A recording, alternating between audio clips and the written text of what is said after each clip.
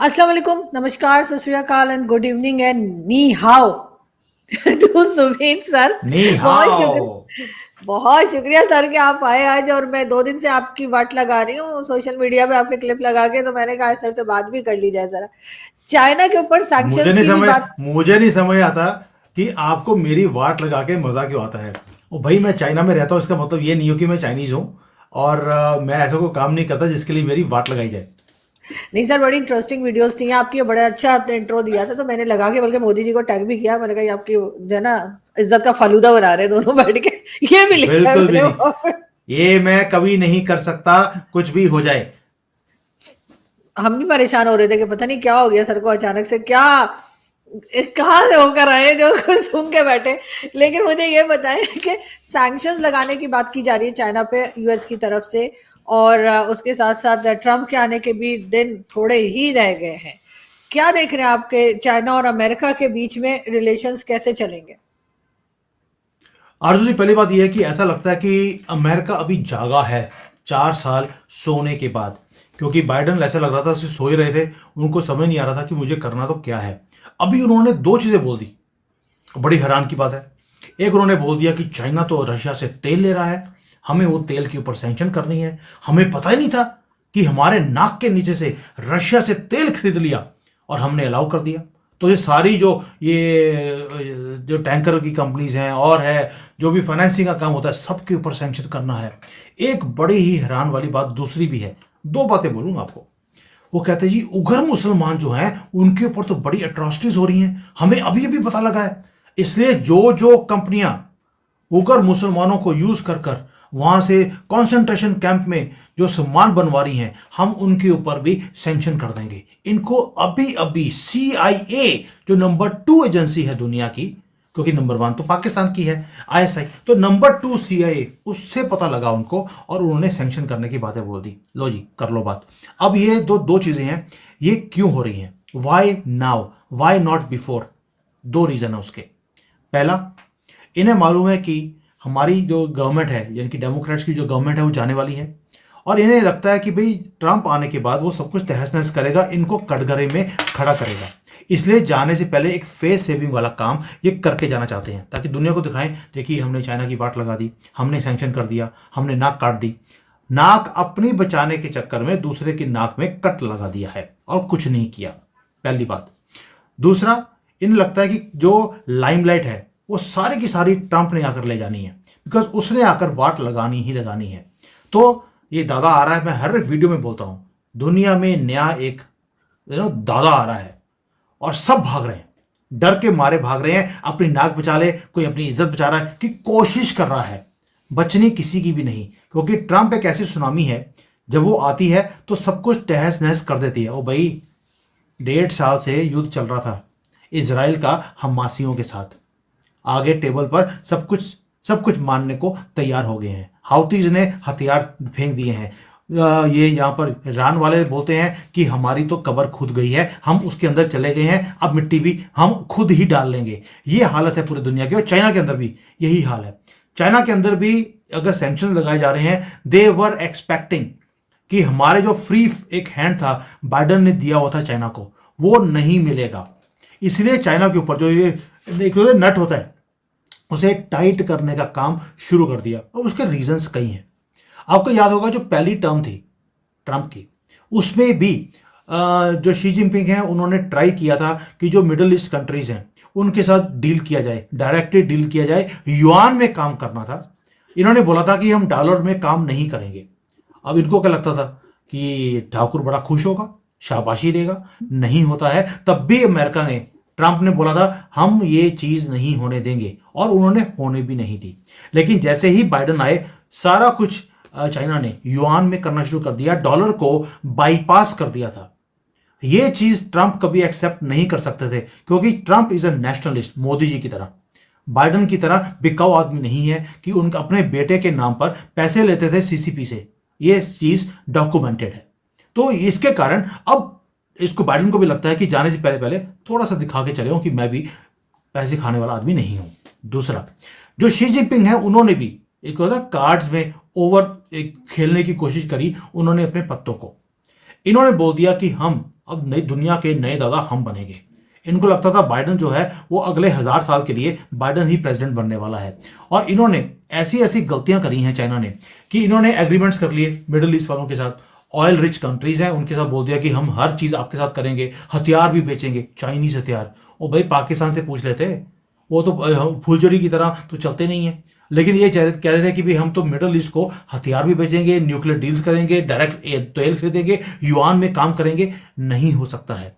और साथ में बोल दिया कि आपका जो इतना भी इंफ्रास्ट्रक्चर है वो भी हम करेंगे, क्योंकि आपके पास पैसे हैं, हमें पैसे चाहिए, हम सब कुछ आपके लिए साथ करेंगे, लेकिन डॉलर को, दादागिरी को हम खत्म कर कर छोड़ेंगे। इसीलिए अब ट्रंप के आने से पहले ये सारे काम किए जा रहे हैं। बट आरजू जी, आपको मैं एक चीज बता दूं, ये लड़ाई लंबी है, और लड़ाई भी इतनी लंबी है जिसमें नुकसान अमेरिका का भी होगा, चाइना का भी होगा। फायदा कौन लेके जाएगा? जो समझदारी से दोनों के ब्लॉक में एंटर नहीं करेगा वो इसका फायदा लेके जाएगा। इशारा दे दिया आपको, बाकी समझदार को इशारा ही काफी होता है। लेकिन सर चाइना को अगर हम देखें, या इवन अगर चाइना के बारे में बात करें जरा, तो चाइना के लिए कहा जाता है कि जी पाकिस्तान में उसने सीपीसी बनाया और काफी एरिया जो है वो उन्होंने कब्जा किया, कभी कहते हैं लोग यहाँ बिठा दिए। लेकिन यही चीज आपके फेवरेट राहुल गांधी जी और उनकी पार्टी भारत के लिए बार बार कह रही है कि कई इलाके लद्दाख और उसके आसपास के जो है वहां पर चाइनीज ने जो है वो अपने लोग वहां पर बसा दिए हैं, गांव बना दिए हैं। क्या वाकई में ऐसा हुआ है? इसलिए कि यहाँ से बैठकर तो जाहिर न्यूज ही हमें मिलती है और उसी के ऊपर हम समझते हैं कि शायद ऐसा हो रहा है। क्या वाकई चाइना इतना होल्ड रखता है भारत के अंदर? ओके आरजू जी, मुझे एक चीज बताइए, राहुल गांधी पूरे देश में धक्के खाते फिरते हैं ढूंढने के लिए कि कहाँ से आए थे, क्योंकि कई कई लोगों की पता नहीं लगता उनको कि कहाँ से आए, कौन था, किसका था। तो वो चक्कर राहुल गांधी के साथ भी है। राहुल गांधी अगर इतने चक्कर लगाते हैं, भाई आप उस विलेज में चले जाते। अगर आपको प्रूव ही करना था कि ये विलेज है जहां पर चाइनीज घुस गए हैं, भाई उस एरिया के बॉर्डर पे चले जाते कि देखिए यहाँ पर ये भारत का पार्ट था, यहाँ पर अब चाइनीज आ गए हैं। He can do that. क्या कभी आपने इंडियन मीडिया में किसी को सुना कि वो बॉर्डर पे गए, उन्होंने बोला देखिए ये विलेज था पहले चाइना का, भारत का, अभी ये चाइनीज आकर बैठ गए हैं? आपको मीडिया के अंदर कोई भी चीज नहीं दिखती है। राहुल गांधी कभी उस विलेज में जाते नहीं है। वो क्लेम करते हैं कि 2000 किलोमीटर का एरिया जो है वो चाइना ने कब्जा कर लिया। भाई जाके दिखा दीजिए। आजकल सोशल मीडिया का जमाना है, कैमराज हैं। आप कोई रियासत पुदीना में तो रहते नहीं है कि जहां पे कैमरे नहीं थे, बिजली नहीं था, पानी नहीं था, सड़कें नहीं थी। भाई आप जा सकते थे, लेकिन नहीं करेंगे। ये पॉलिटिकल पार्टी जो होती हैं जब ऑपोजिशन में होती हैं तो ये काम करती हैं, इसके पीछे सब्सटेंस जीरो है।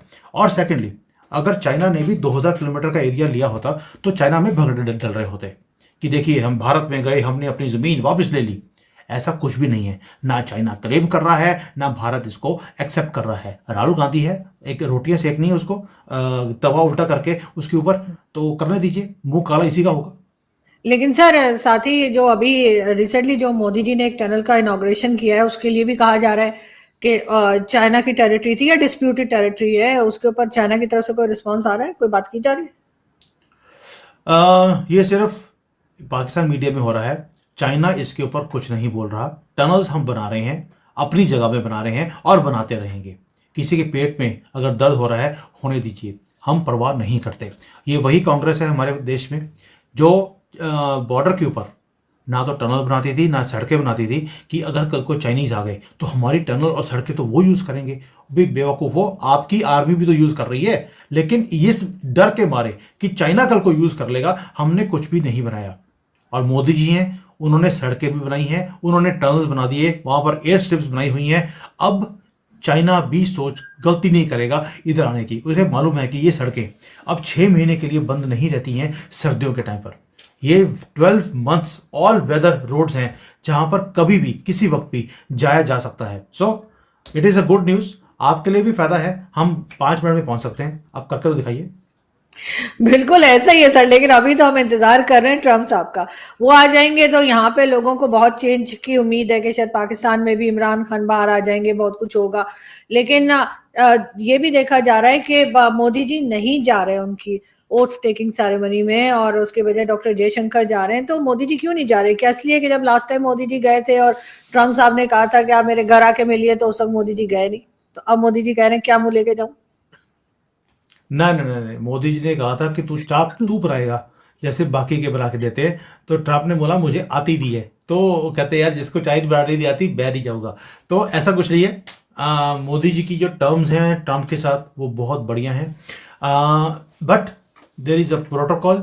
और मोदी जी का एक स्टाइल है, वो कभी भी किसी की ऐसे इनॉग्रेशन के ऊपर नहीं जाते हैं। अगर कोई बिजनेस की बात हो और इंडिविजुअल टाइम मिलता है where he can fruitfully utilize his time, only then he goes. और कभी भी वो एक कंट्री का दौरा नहीं करते हैं। वो 2-3 कंट्रीज का काम करके 3 दिनों में 4 कंट्री गए, एग्रीमेंट साइन करे, मीटिंग्स करी, पर्सनल टच लिया और वापस आ गए।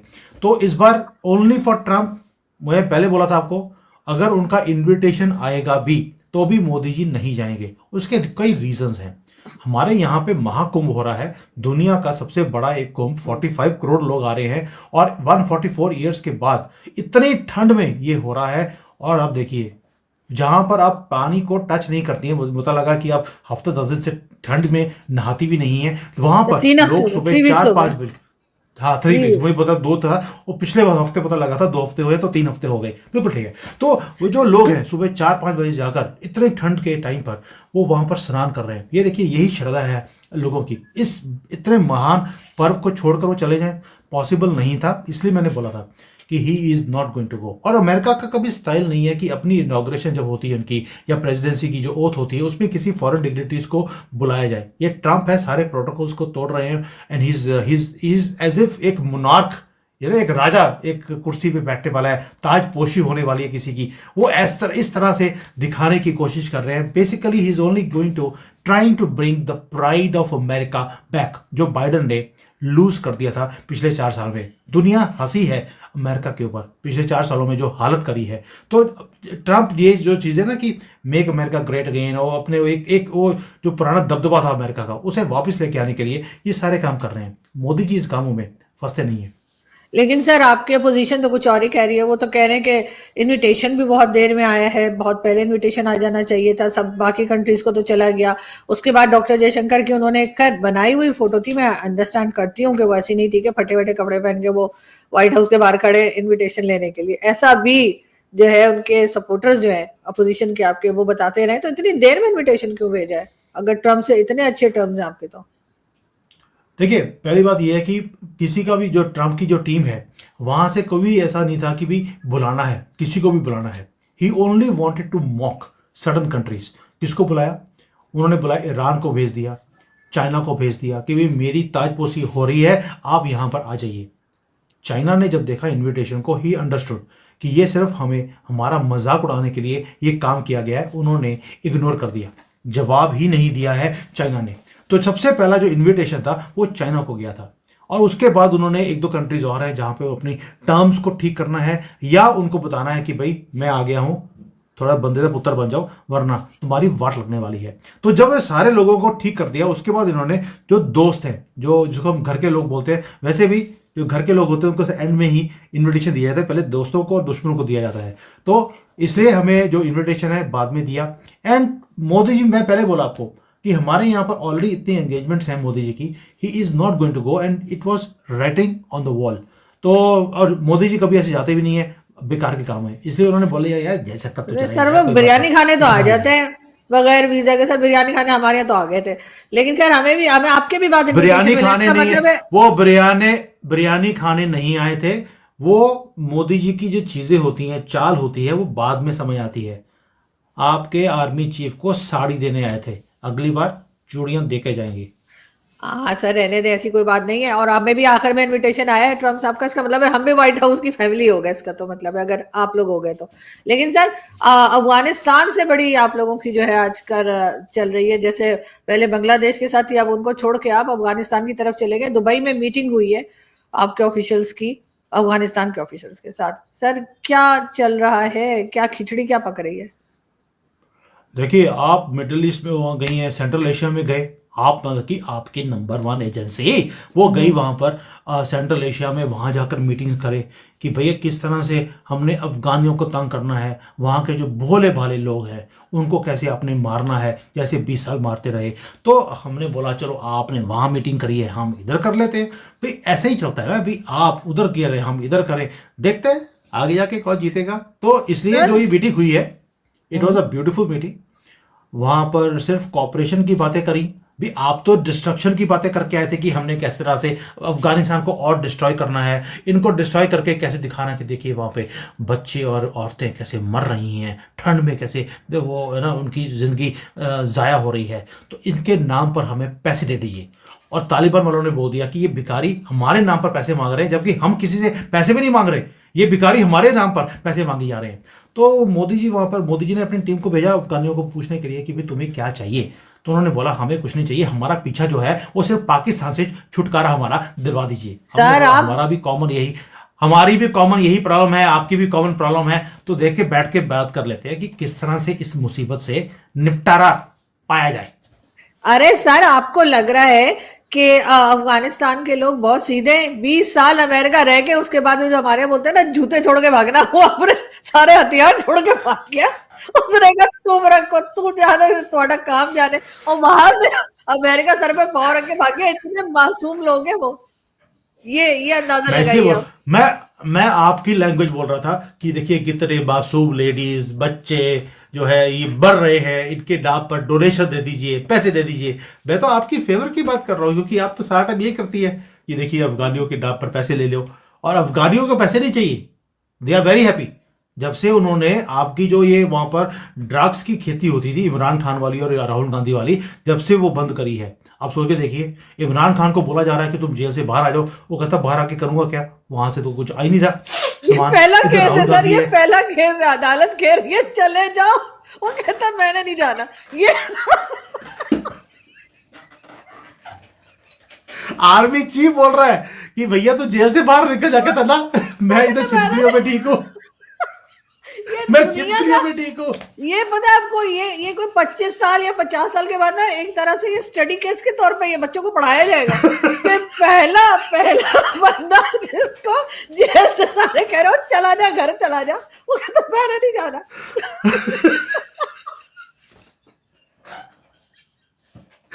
वो कहता है अब कह रहे उसको बनी पता है गला। कि जैसे ही मैं बाहर निकलूंगा, आरजू ने और सुमित ने मेरी ऐसी वाट लगा दी है तो दोबारा से अंदर जाना पड़ेगा, इससे अच्छा अंदर ही ठीक हूं मैं। सर अदालत कह रही है घर चले जाओ, बनी गाला। आर्मी चीफ कह रहा है घर चले जाओ, गवर्नमेंट कह रही है घर चले जाओ। गवर्नमेंट के लोग कह रहे हैं हमारे करोड़ों खर्च हो गए इमरान खान को अंदर रखने में, 5 लाख का तो वो मंथली खाना खा जाता है। तो इमरान खान ये रिकॉर्ड पर है, ये रिकॉर्ड पर है, मैं अपनी तरफ से नहीं कह रही है, रिकॉर्ड पर है। I know, I know. Murtaza Solanki साहब जो के इंफॉर्मेशन मिनिस्टर भी रहे हैं केयरटेकर गवर्नमेंट में, उन्होंने ट्वीट भी लगाई थी कि जी करोड़ों इमरान खान को जेल रखने में खर्च हो रहे हैं, मंथली वो 5 लाख का तो सिर्फ खाना खा रहे हैं। तो आप सोचे वो क्या खाते होंगे। तो उनको सब कह रहे उनके पाँव पकड़े और भाई घर चला जा, वो कहता मैं तो नहीं जा रहा। आज पाकिस्तान को पता लगा सफेद हाथी जो है वो कितना महंगा होता है। ये तो वैसे ही पिंक हाथी है, क्योंकि पिंक की हिरनी का ये आदमी है, तो पिंक हाथी तो कितना महंगा हो सकता है, वो इनको आज जाकर समझ आई है।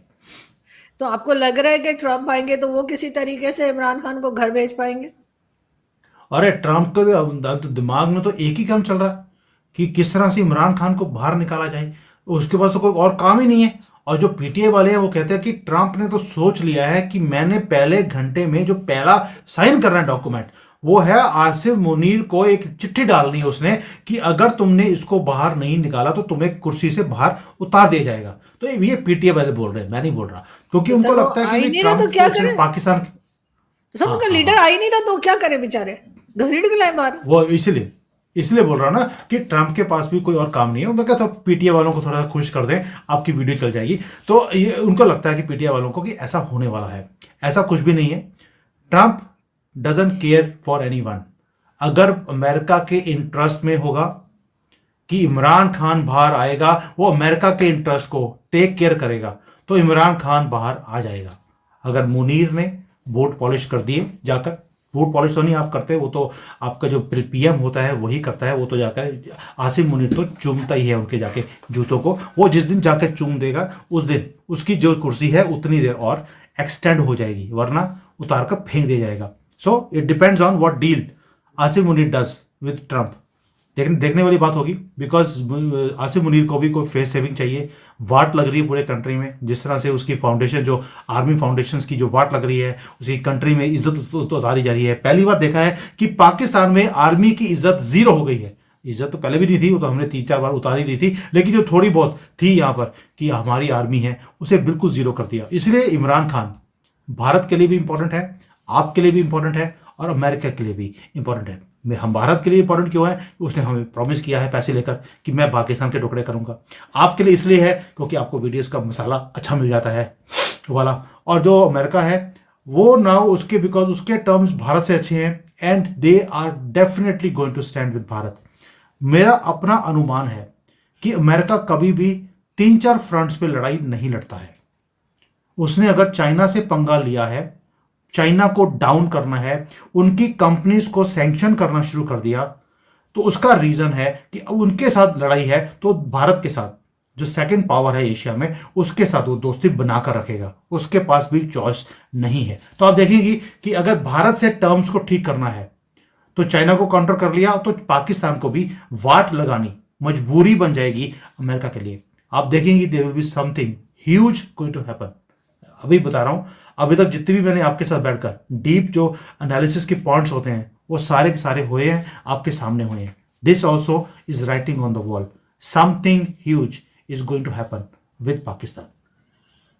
देखते हैं सर क्या होता है, लेकिन जाने से पहले जो लोग हमें देख रहे हैं, खासतौर पे अगर भाई लोग देख रहे हैं, तो मैं कह दूं कि ये जितना कुछ भी हमारी आर्मी को बोल रहे थे, आपने देखा मैंने छू भी नहीं की, मैं बस यूं यूं यूं कर रही थी। तो प्लीज मेरा घर ढूंढने की कोशिश मत कीजिएगा, ये चाइना रहते हैं, इनको पकड़े। बहुत शुक्रिया सर कि आज आपने ज्वाइन किया। स्क्रीन के ऊपर मेरा एड्रेस भी डाल दो